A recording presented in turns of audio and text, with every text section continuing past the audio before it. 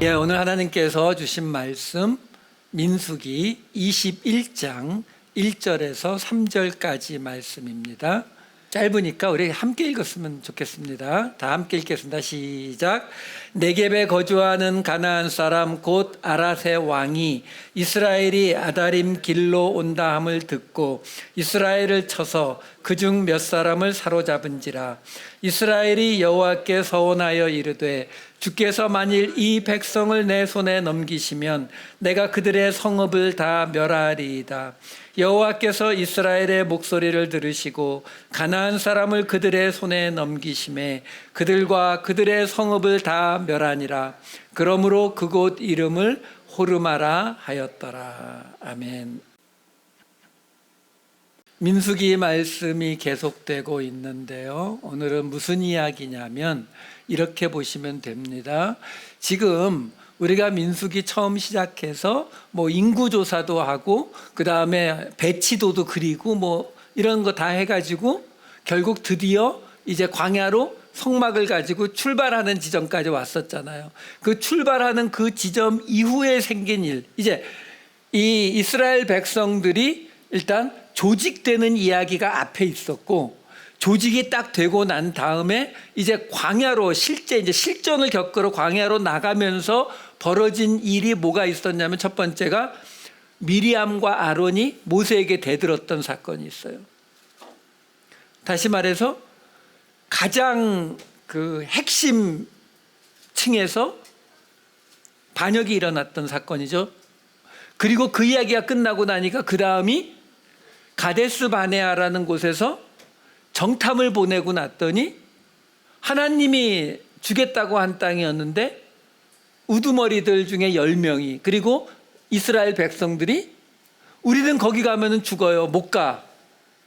다시 말해서 이스라엘 백성들과 그 조직되어 있는 우두머리들이 반역을 일으킨 사건이죠.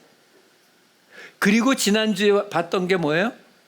레위 지파에 있는 고라, 그리고 루벤 지파의 다단과 아비람이 반역을 일으켰던, 그러니까 이 사람들은 지금식으로 말한다면 이스라엘이라고 하는 그 공동체에서 귀족 계급에 속하는, 그죠, 상류층에 속하는 사람들이 또 반역을 일으켰던 이야기가 앞에 있었다고요.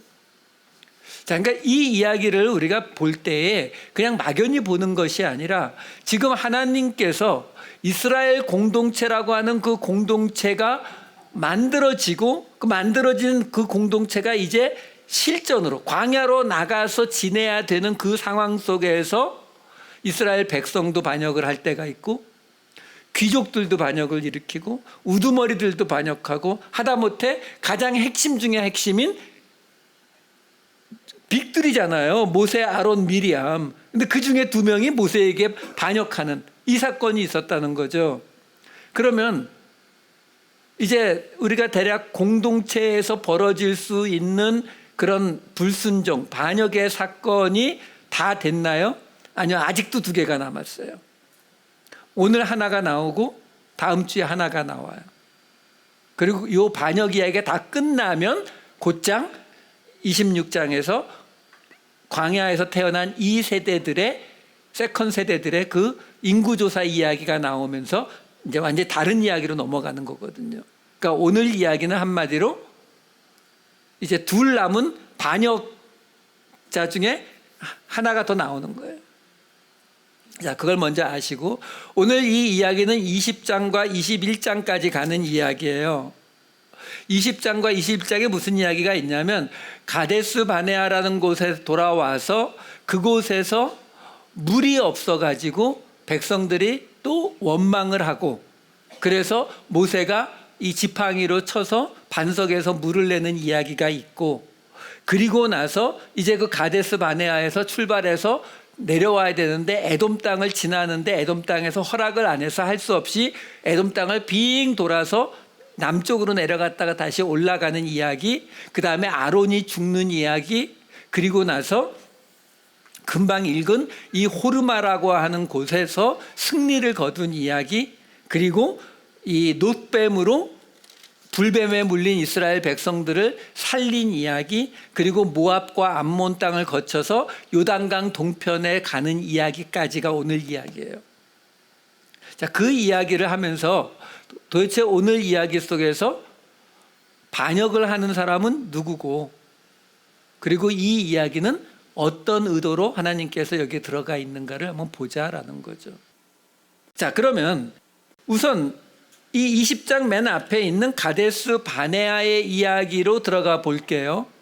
자, 이 가데스 바네아라고 하는 곳은 아까 말씀드린 것처럼 13장에서 이미 한번 등장을 했던 곳이에요. 그 가데스 바네아, 이 시내산 앞에서 성막 다 완성하고 이스라엘 조직 다 끝난 다음에 11일 걸려서 가데스 바네아까지, 가데스 바네아는 지금의 이스라엘 땅의 저 남쪽 끝이에요. 거기에까지 와서 거기에서 정탐꾼을 보냈던 이야기가 13장에 있는 이야기거든요. 근데 거기에서 어떤 일이 벌어졌어요? 약속의 땅에 못 들어간다고, 하나님 믿고 못 들어가겠다고 해서 하나님이 어떤 벌 줬습니까? 너희는 이제 40년 동안, 정확히 38년 동안 광야를 헤매다니게 될 것이고 너희 1세대는 아무도 그 약속의 땅에 못 들어갈 것이다. 여호수아와 갈렙을 제외하고. 그 일이 벌어졌던 곳이 바로 이 가데스 바네아였거든요. 근데 지금 다시 가데스 바네아로 돌아온 거예요. 몇 년 만에요? 38년 만에.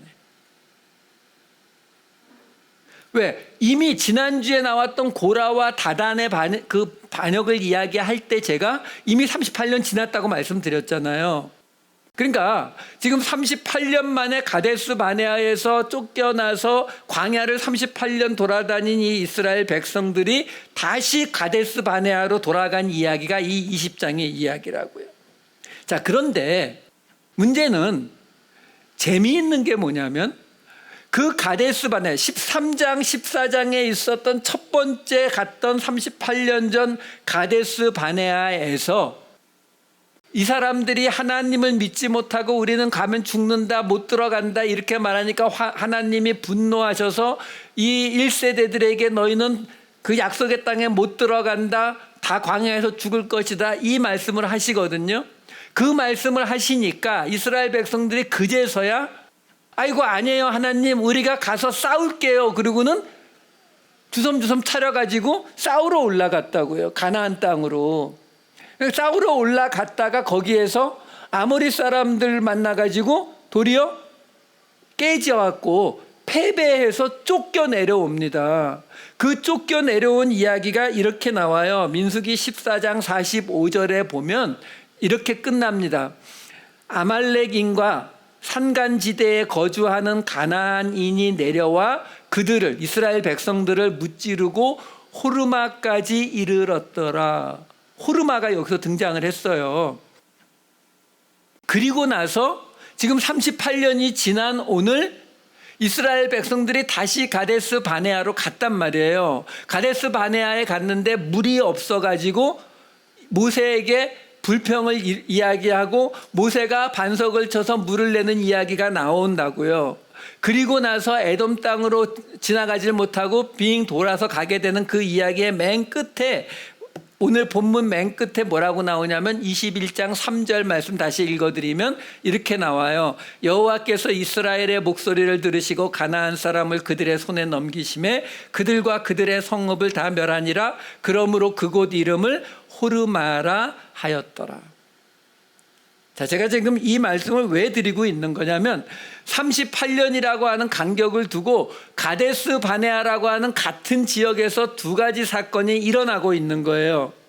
근데 여기에 첫 번째에서는 하나님을 믿지 못하고 그래가지고 벌을 받게 되는데 그때에 이 호르마라고 하는 곳에서 이스라엘이 패배하는 것으로 나오고, 지금 오늘 38년 만에 다시 이 가데스 바네아에 갔는데 이번에는 이 호르마라는 곳에서 이스라엘이 승리하는 것으로 나오더라라는 거예요. 이 이야기는 지금요 이런 호르마라고 하는 이런 잘 등장하지도 않는 지역이 두 번 이 가데스 바네아와 짝을 지어서 나온다라는 이야기는 우리가 쉽게 뭘 짐작할 수 있냐면 앞에 나왔던 가데스 바네아와 호르마의 이야기와 지금 여기 나오는 가데스 바네아와 호르마의 이야기가 세트로 되어 있구나.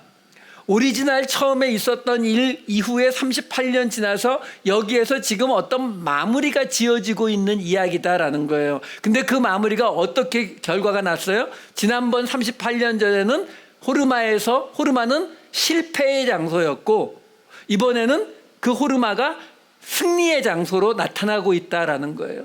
그것이 왜 그렇게 나타나는지 이제 하나씩 따라가면서 설명을 해드릴게요. 자, 우선 20장 1절 처음 시작하면서 뭐라고 들어가냐면 이렇게 시작이 됩니다. 첫째 달에 이스라엘 자손 곧 온 회중이 신 광야에 이르러 백성이 가데스에 머물더니 미리암이 거기서 죽음에 거기에 장사되니라. 지금요 이 20장 시작하자마자 미리암 죽은 게 나오고요. 그리고 20장 22절에 가면은 아론이 죽는 게 나와요. 그 아론이 죽으면서는 그 아들인 엘르아살이 대신 제사장이 되는 이야기가 우리 오늘 읽은 본문 바로 앞에 나온다고요. 이거는 지금 우리 여러 번 보고 있는 거예요. 지난번에 13장 14장 그 가데스 바네아 이야기를 할 때에 그 가데스 바네아의 이야기가 이스라엘이 하나님 앞에 믿음을 보여주지 못한 실패의 모습이기도 하고 동시에 그 이야기를 통해서 뭘 말해줬어요? 여호수아와 갈렙이 등장하는 이야기였다고 말씀드렸잖아요.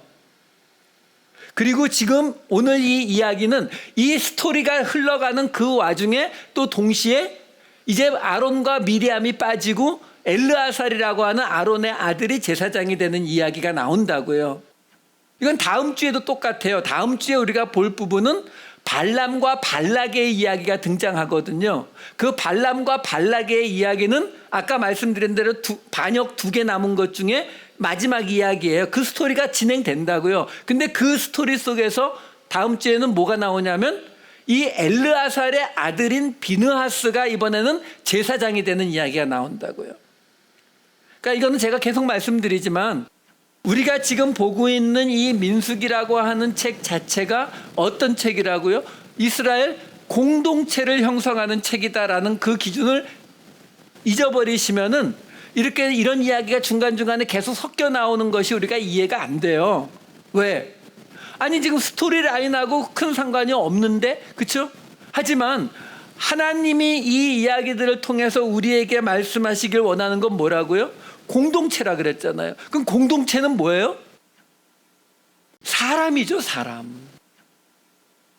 그래서 지금 이 이야기들 속에 여호수아와 갈렙과 미리암과 아론과 이런 사람들이 등장하고 사람들이 은퇴하는 이 이야기들이 같이 섞여 나오고 있는 것이다라는 거예요. 그럼 그 얘기는 뭐예요?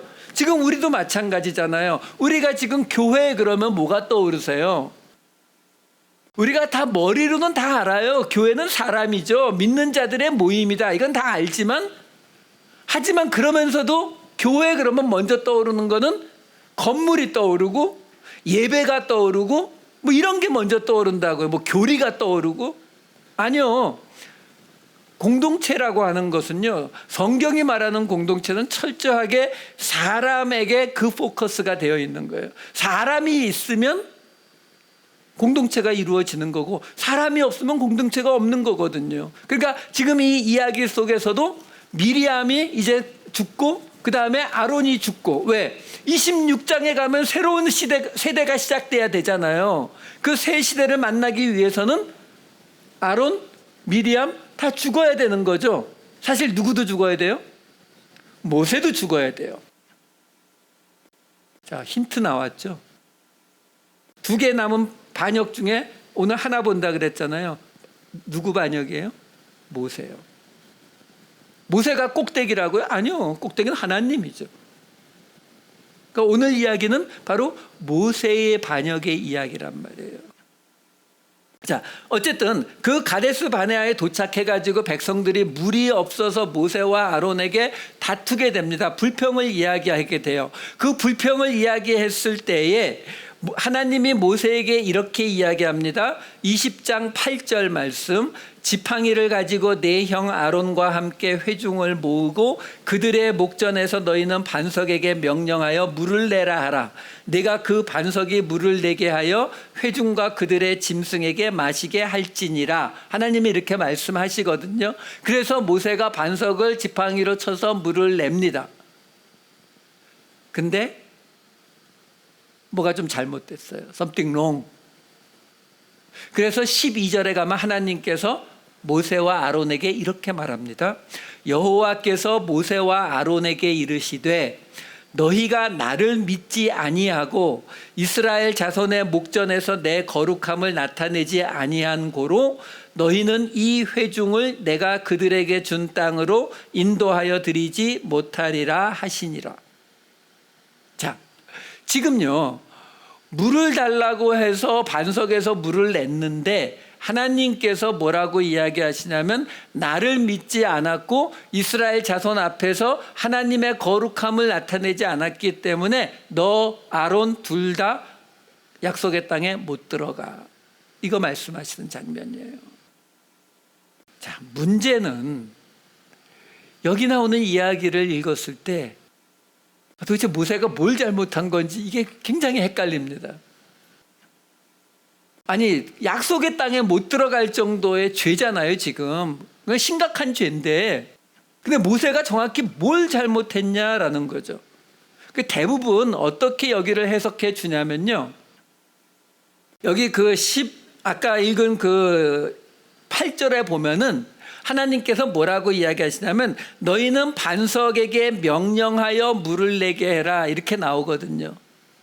근데 모세가 반석을 지팡이로 2번을 때렸어요. 그래서 어떤 분들은 하나님, 이게 이 반석에서 물을 내는 게 출애굽기 17장에 이미 한 번 있었습니다. 그 애굽에서 빠져나오자마자 르비딤에서 있었거든요.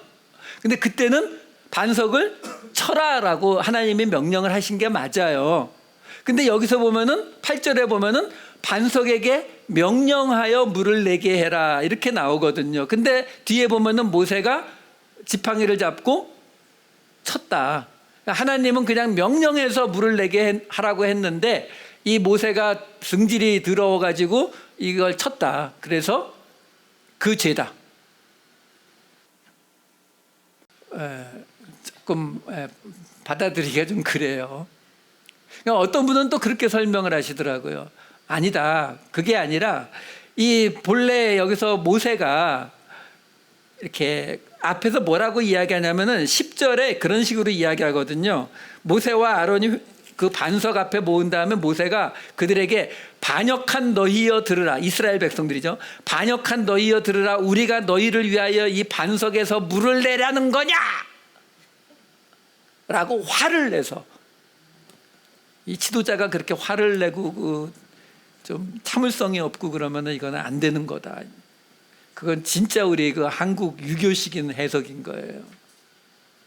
좀 더 이렇게 열심히 보시는 분들은 뭐라고 이야기하냐면 출애굽기 17장에는요.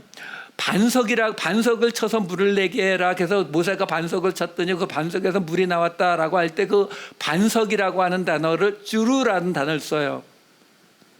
근데 여기에 나오는 반석이라는 단어는 세라라는 단어를 씁니다. 그래서 어떤 주석에 보니까 세라는 이 바위 전체를 말하는 게 아니라 바위에 갈라진 틈을 말하는 거여서 하나님이 이 갈라진 틈을 치라고 한 건데 모세가 그냥 이걸 쳐서 그렇다. 전반적으로 다 이렇게 모세가 성질이 급하고 좀 그래서 하나님께서 이렇게 벌을 하셨다라고 해석을 합니다. 그래서 제가 히브리 사전 오랜만에 막 뒤졌는데 세라도 그렇고 쭈르도 그렇고 다 바위로만 나와요.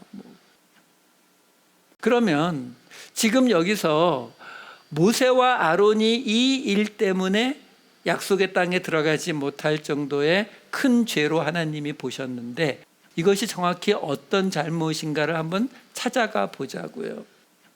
신명기에 보면은 모세가 스스로 이 일에 대해서 언급한 곳이 두 군데가 있어요. 제가 한 군데만 읽어드릴게요. 신명기 4장 21절에 이렇게 말합니다.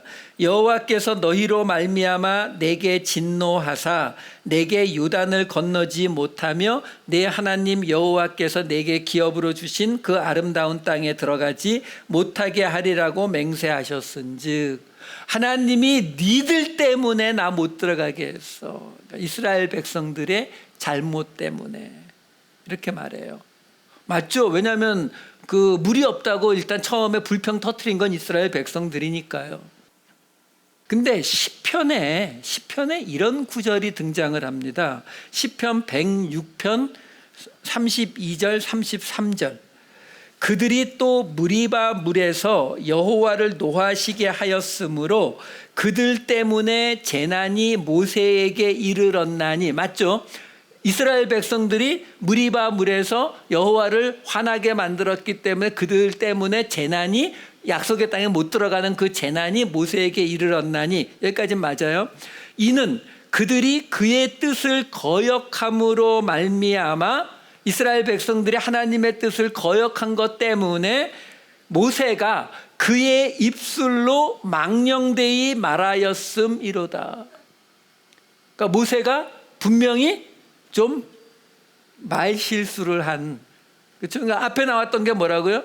반역한 너희들 들어라, 우리가 너희들을 위해서 반석에서 물을 내야 되느냐, 이 말이 분명히 문제가 있는 발언이긴 발언이었다라는 거죠. 자, 그러면 이 이야기를 오늘 그 본문에, 그러니까 그 20장에 있는 20장 12절 말씀을 다시 볼게요. 거기서 하나님이 뭐라고 이야기했냐면, 여호와께서 모세와 아론에게 이르시되 너희가 나를 믿지 아니하고 이스라엘 자손의 목전에서 내 거룩함을 나타내지 아니한 고로, 이렇게 나와요. 그러니까 하나님을 믿지 않고 이스라엘 앞에서 하나님의 거룩함을 나타내지 않은 것, 이 두 가지가 지금 하나님이 말하시는 죄였거든요. 근데 하나님을 믿지 아니한 것은 이스라엘 백성들이겠죠. 그렇죠? 이스라엘 백성들이 하나님을 안 믿었으니까, 이미 전에도 반석에서 물을 낸 적이 있었지만 투덜거렸던 것이 맞으니까. 그렇죠? 자, 그러면 모세와 아론의 문제는 뭐였냐면, 뭐라고 나오냐면, 이스라엘 자손의 목전에서 하나님의 거룩하심을 나타내지 아니한 것이다라고 말하고 있는 거죠. 자, 이게 좀 아리송한 거예요. 아니, 하나님의 거룩하심을 나타내지 않아서 지금 모세와 아론은 벌을 받게 된 것인데, 하나님의 거룩하심을 나타내지 않았다는 게 정확히 무슨 뜻이겠느냐라는 거죠.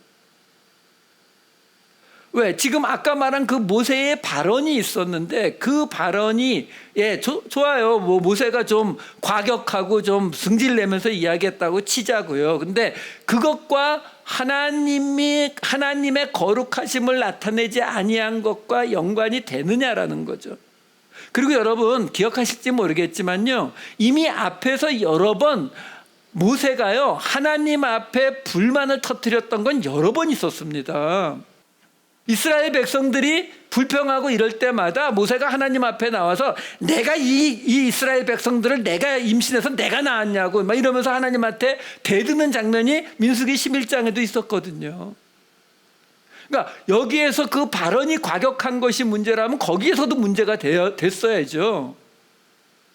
근데 아니고 지금 모세와 아론이 행한 죄를 하나님의 거룩하심을 나타내지 않은 것이다라고 말하고 있거든요. 근데 거기에 이어지는 그 다음 절 13절에 보면은요, 좀 이상한 구절이 등장을 합니다. 뭐라고 등장하냐면, 그래서 거기를 이스라엘 자손이 여호와와 다투었으므로 이를 무리바 무리라 하니라. 무리바, 그 르비딤에서 반석에서 물을 냈을 때도 거기를 마사 또는 무리바라 했다, 이 대목이 나와요. 그건 지명이 같은 곳에, 그러니까 같은 지명이 두 군데부터 상관없으니까 그건 큰 문제가 없어요. 문제는 그 다음이에요. 여호와께서 그들 중에서 그 거룩함을 나타내셨더라. 자, 보세요. 이스라엘 백성들이 물이 없다고 불평을 했습니다. 그래서 모세와 아론이 이스라엘 백성들한테 한번 화를 확 내고 그리고 반석을 쳐서 물을 냈어요.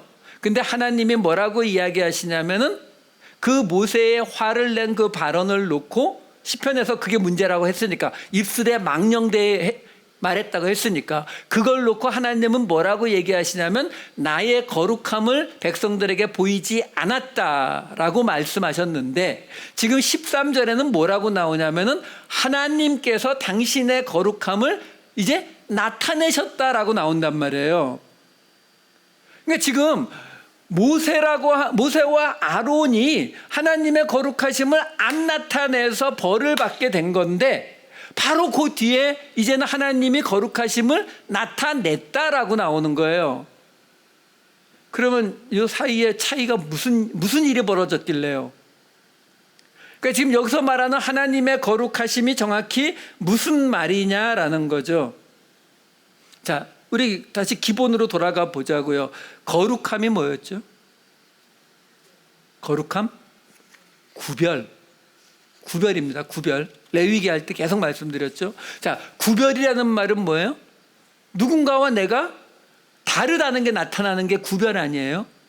자, 그러니까 우리가 거룩하다라고 말할 때 그거는 뭐예요? 우리가 다른 사람들과는 우리는 다른 모습을 가지고 있을 때 이게 거룩함이라고요. 그렇죠? 그럼 하나님이 거룩하다라면 뭐예요? 다른 신들과 하나님이 다른 반응을 나타낼 때 이게 거룩함이다라는 거거든요. 자, 그러면 하나님께서 다른 신들과 다른 반응을 나타내는 이야기가 어떻게 되느냐? 이걸 어떻게 지금 우리가 해석할 것이냐면 이렇게 보시면 돼요. 자, 이 이야기가 처음에 그래서 제가 설명을 드렸습니다. 13장 14장에 가데스 바네아라고 하는 곳에서 맨 처음 일이 벌어졌는데 오늘 이야기는 똑같이 그 가데스 바네아에서 이 일이 마무리가 되는 일이라고 말씀드렸어요. 자, 여기서 이스라엘 백성들이 하나님의 말씀에 불순종해서 광야에서 다 죽게 되는 38년간의 광야를 벌로 받습니다. 그렇죠? 그리고 그 결과가 호르마에서의 패배로 나타났고 오늘 여기서는 호르마라고 하는 곳에서 승리로 나타나고 있어요. 그러니까 38년 전에 패배로 끝났던 장소에서 이제 38년 만에 드디어 승리로 끝나고 있다고요. 해피엔딩이잖아요. 해피엔딩. 근데 문제가 있죠. 뭐냐면 자, 그러면 이야기가 여러분들 어떻게 돼야 되는 거예요? 38년 전에 가데스 바네아에서 약속의 땅에 정탐 갔다 왔는데 그때는 하나님을 믿지 않아가지고 우리 못 들어가요 하다가 벌을 받았어요. 그렇죠? 38년 동안 광야 생활을 하면서 고생을 직살이하고 그렇죠? 그리고 나서 다시 38년 만에 가데스 바네아 출발했던 곳으로 돌아왔죠. 그럼 이제 여기서는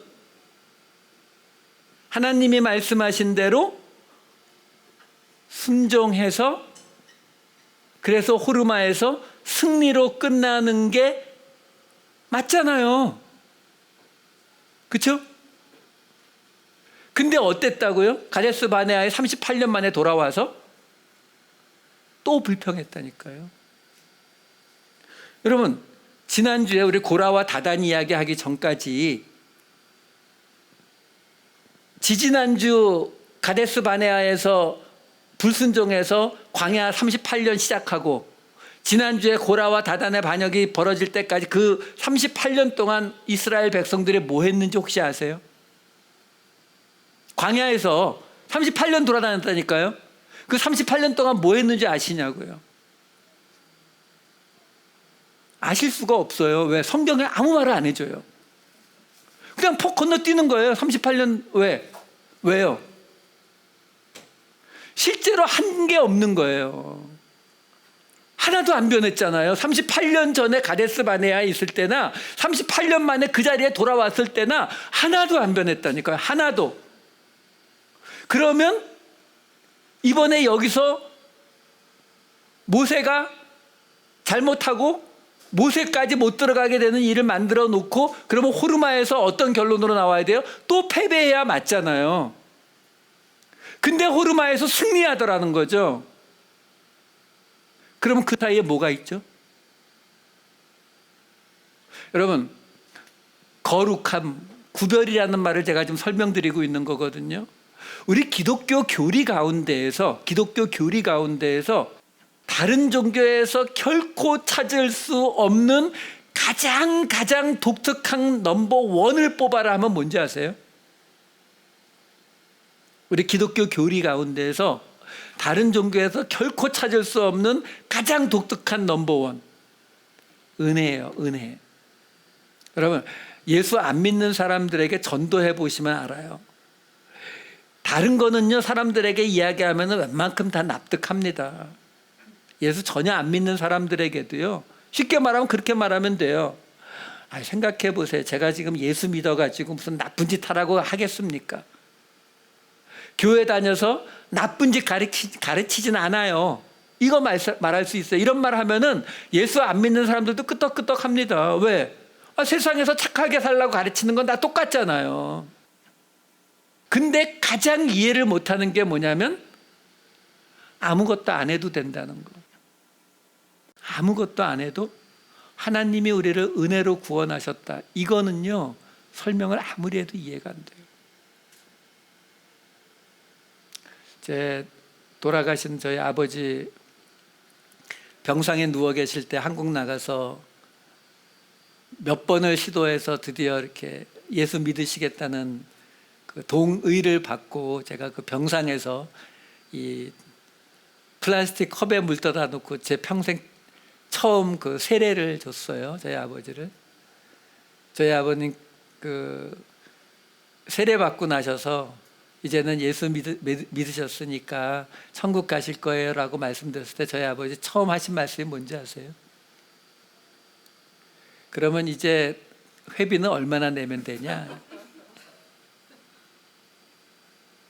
여러분, 그게 일반적인 생각이에요. 왜? 세상이 다 그렇잖아요.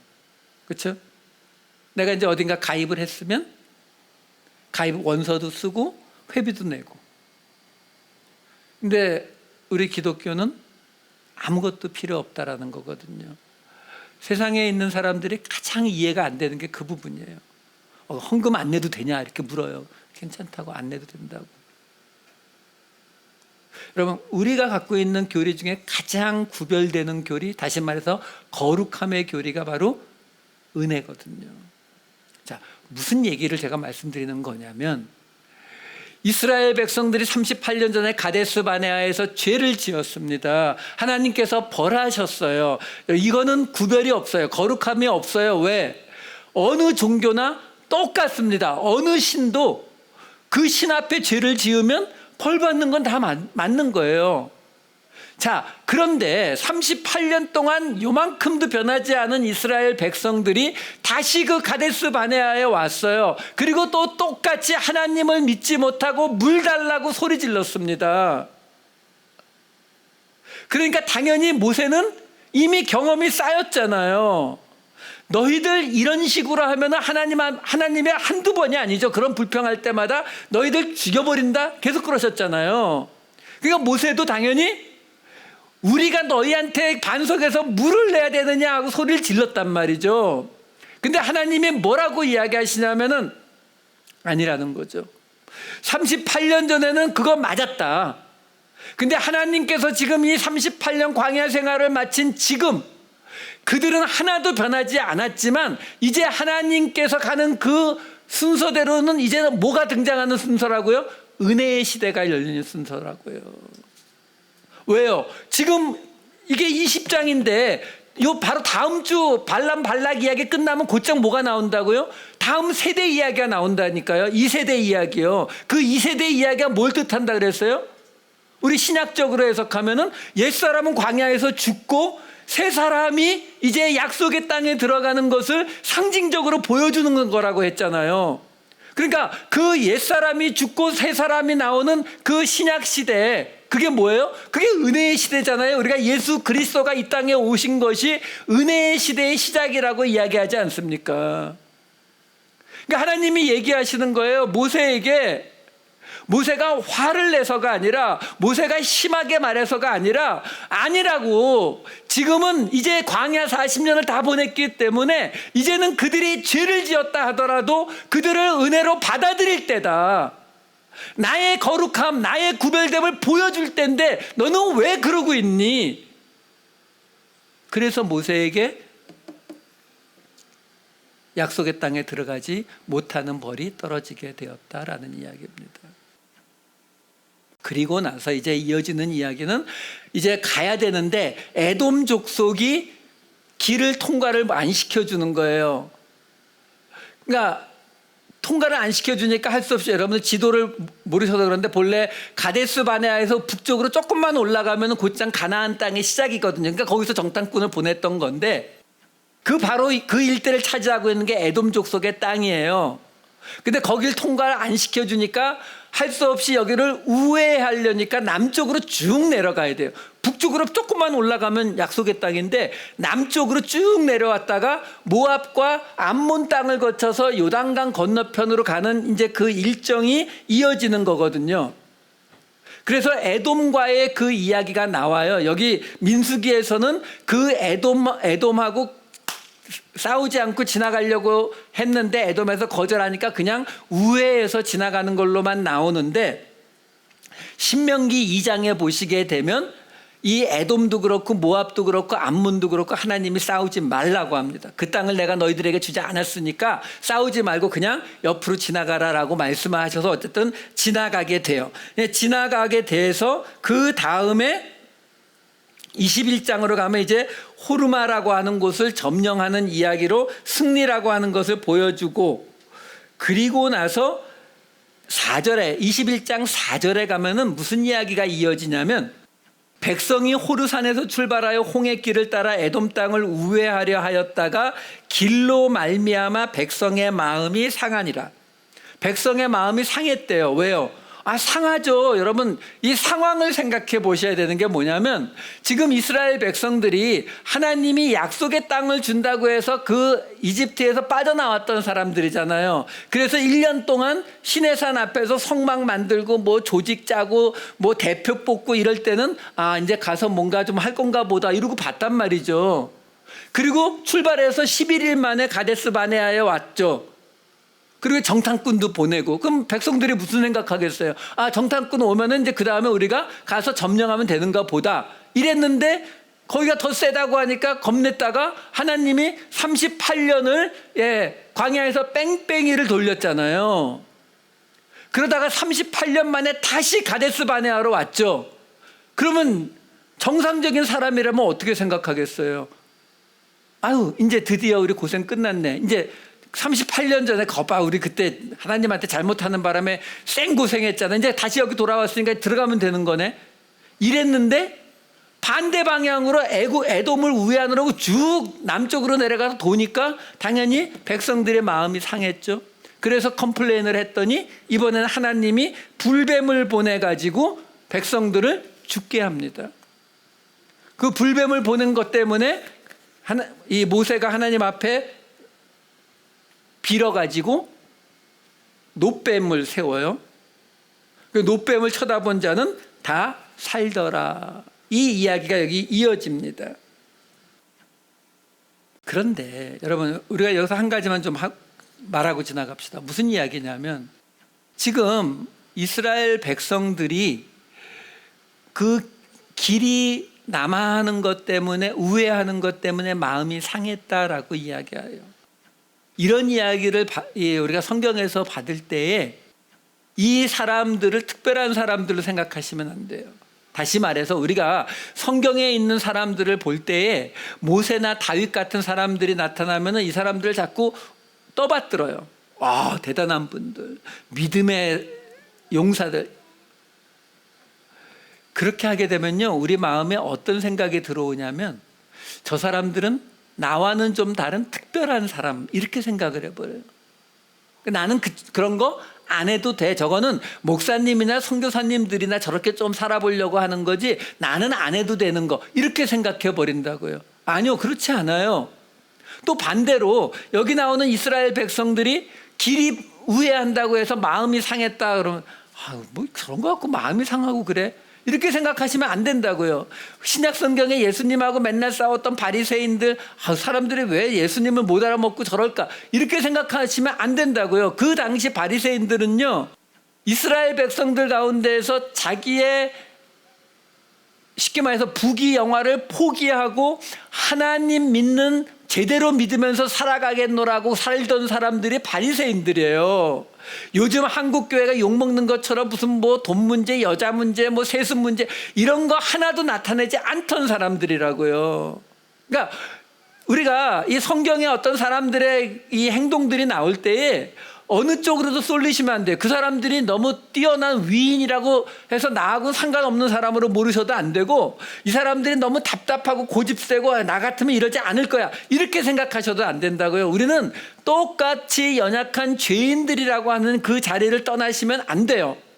모세도, 그래서 제가 오늘 이 이야기가 모세의 반역이라니까요. 모세가 하나님의 뜻을 이해하지 못했잖아요. 지금 사실 이해할 수가 없는데 어쨌든 그것 때문에 모세가 이 약속의 땅에 못 들어가는 이야기가 나오는 거거든요. 그러니까 성경에 어떤 사람들이 나올 때 그 사람들에 대해서 특별하다거나 또는 못하다라는 생각을 하지 마시고 나와 똑같은 성정의 사람들이다라고 생각하셔야 우리가 그 자리에 가지 않을 수 있다라는 거예요. 어찌되었든 중요한 건 이거예요. 지금 이 일이 갑자기 길이 멀어졌다고 해서 컴플레인을 했더니 하나님께서 불뱀을 보내서 이스라엘 백성들을 죽이시고, 그래서 백성들이 모세에게 와서 빌어가지고 모세가 하나님 앞에 나가서 이야기했더니 하나님이 노스로 뱀을 만들어서 사람들이 쳐다보게 해라 해서 만들어서 높이 들었더니 사람들이 다 나았더라, 이렇게 나오는 이야기거든요. 이거는 요한복음에 보면 예수님께서 모세가 광야에서 뱀을 든 것과 같이 인자도 들려야 하리라면서 예수님이 십자가에 못 박히는 것을 상징적으로 이 이야기를 끄집어서 설명하시는 바로 그 케이스이기도 해요.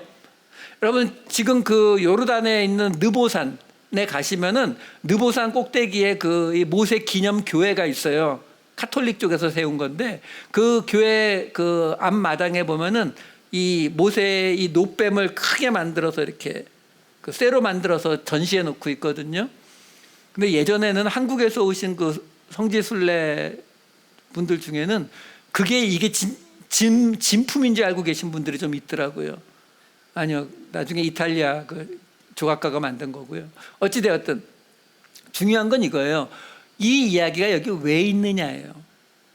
지금 제가 줄거리를 따라가고 있는 거니까 하나님께서 길이 조금 삥 도는 것 때문에 컴플레인 했더니 곧장 불뱀을 보내서 사람들을 죽이고, 모세가 그걸 막기 위해서 하나님 앞에 빌고 노뱀을 만들었단 말이에요. 이 이야기가 왜 들어가 있을까요? 간단해요, 여러분. 이 스토리라인을 생각하시면 돼요. 무슨 이야기예요? 지금 이 바로 앞에서 가데스 바네아에서 하나님께서 모세에게 뭐라고 한 거라고요? 너 잘못했어. 너 약속의 땅에 못 들어가. 그러면 이제 모세는 어떻게 해야 돼요? 모르세요? 책상 치우고 이제 집에 가야죠.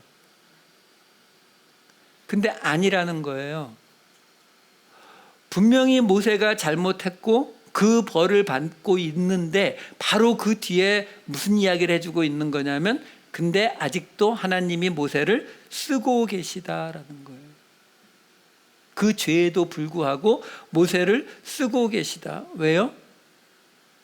여러분, 우리가 분명히 알으셔야 되는 게 뭐냐면, 우리가 이 동방이 예의지국에서 자라다 보니까 무슨 이렇게 잘못 하나를 저지른 사람은 그냥 내장을 시켜버려요.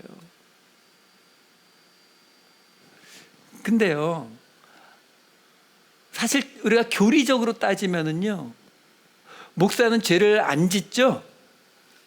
그렇게 알고 계시면 실망하십니다. 죄를 다 져요. 그럼에도 불구하고 하나님이 쓰시더라라는 거예요. 지금 모세가 한 것이 반역이에요. 미리암과 아론이 반역했고 이스라엘 백성과 우두머리들이 가데스 바네에서 반역했고 고라와 다단과 아비람이 반역했다고 했잖아요. 오늘 여기서 모세도 반역합니다. 제가 읽어드릴까요? 20장 8절에 아까 뭐라고 나왔었냐면 하나님이 모세에게 이렇게 말했죠. 지팡이를 가지고 내 형 아론과 함께 회중을 모으고 그들의 목전에서 너희는 반석에게 명령하여 물을 내라 하라. 내가 그 반석이 물을 내게 하여 회중과 그들의 짐승에게 마시게 할지니라. 이렇게 말했을 때에 그 모세가 이 말을 듣고서 이 이스라엘 백성들에게 10절에서 뭐라고 말하냐면은 모세가 그들에게 이르되, 아까 그 문제의 발언이에요. 그들에게 이르되 반역한 너희여 들어라, 이렇게 나오거든요.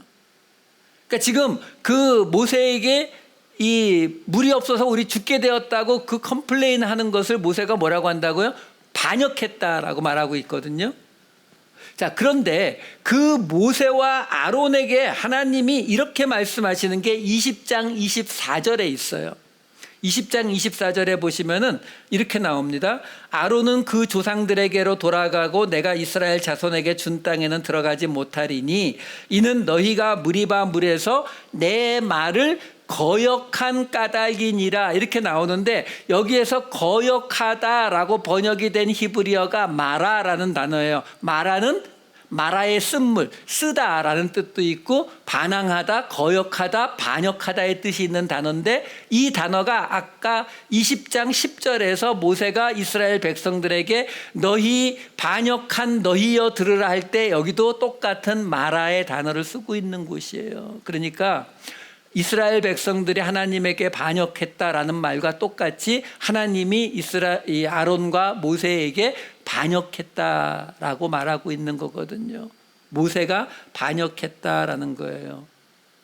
그럼에도 불구하고 하나님께서는 모세를 쓰더라. 하나님의 그 은혜의 시대의 시작을 전혀 알지 못함에도 불구하고 아직 모세가 해야 될 일이 남았죠. 아직 요단강을 건너가기 직전까지 모세가 해야 될 일이 남아있기 때문에 바로 그 중보자로서 모세를 사용하시는 거죠. 그거는 모세 개인을 위해서가 아니라 바로 이스라엘 백성들에게, 생각해 보세요. 지금 하나님이 계속 하는 방식이 뭐예요? 뭐 하나 잘못하면은 커트, 뭐 하나 잘못하면 커트, 계속 이렇게 해왔잖아요. 근데 지금 여기서는 모세가 잘못했단 말이에요. 모세와 아론이 잘못했고 미리암은 죽었고, 빅3 중에 미리암은 죽었고 모세와 아론 남았는데 그 둘이 지금 하나님 앞에 반역을 한 상태라고요. 그러면 둘을 다 없애버려야 맞는데 하나님이 곧장 이 일을 집어넣으시는 거예요. 그러면서 아직 하나님께서 이들을 사용하고 계시다라는 것을 알려주기 위해서 이 이야기가 들어가 있다라는 것입니다. 여러분, 우리가 이 부분도 우리 기독교에서 상당히 중요하게 보는 교리 중에 하나입니다. 우리가 믿는 우리 한국적인 방식은 한마디로 딱 이렇게 말하면 돼요. 뭐냐면 지성이면 감천이다예요. 내가 열심히 섬기면, 내가 잘 열심히 하면 그 대가는 다 오게 되어 있다. 이게 우리 본래 전통적인 한국식 사고방식이에요. 근데 그것과 지금 여기 나오고 있는 이 이야기는 전혀 다른 이야기입니다. 똑같이 죄를 지었음에도 불구하고 하나님께서는 이제 그냥 호르마에서 승리를 허락하시겠다라는 이야기고, 똑같이 지금 모세가 죄를 지었음에도 불구하고 그 모세를 당장 잘라내시는 것이 아니라 계속 이 이스라엘 백성의 리더로, 중보자로 계속 사용하시겠다라고 하나님이 말씀하고 계시다라는 거예요. 이것이 바로 우리의 거룩함 구별의 모습인 거예요. 여러분, 예수를 믿는다라고 하는 것은 무슨 까만 양복에 넥타이를 메고 성경책을 옆구리에 끼고 있는 걸로 저 사람 예수 믿는 사람이구나 이렇게 구별되는 게 아니고요. 밥 먹을 때 식당에서 눈 감고 기도한다고 해서 저 사람이 예수 믿는 사람이다 이렇게 구별되는 게 아니라 이 세상 사람들이 가지고 있는 일반적인 상식이나 방식과 전혀 다른 방식으로 살아가는 것을 볼 때에 그게 세상과 구별되는 모습, 곧 하나님의 거룩함을 나타내는 모습이 되는 거예요. 여러분, 예수님께서 오른뺨을 맞으면 왼뺨을 들이대라 그러고, 오리를 가자고 하면 십리를 가라 그러고, 겉옷을 달라고 하면 속옷까지 벗어주라는 게 율법이 아닙니다. 그거 안 지키면은 너희는 구원받지 못한다, 이런 이야기가 아니에요. 근데 그거 왜 하라 그래요? 그거 하면요, 그걸 통해서 하나님이 드러나는 거예요. 사람들이 못 보던 모습들을 보이니까 저 사람들 뭐야? 보니까 예수 믿는 사람들이네. 이게 하나님께 영광 돌리는 거예요. 이게 하나님 앞에 하나님의 거룩하심을 세상에 드러내는 모습이라는 거죠. 여러분, 예수를 믿는다는 건 우리가 어디에 서 있는지를 분명히 깨닫는 거예요. 우리가 서 있는 자리가 어딘지, 거기가 가데스 바네아인지, 첫 번째 가데스 바네아인지 두 번째 가데스 바네아인지, 그래서 하나님께서 지금 주시는 실패가 첫 번째 호르마인지 두 번째 호르마인지, 이것을 우리가 깨달을 수 있어야 된다고요.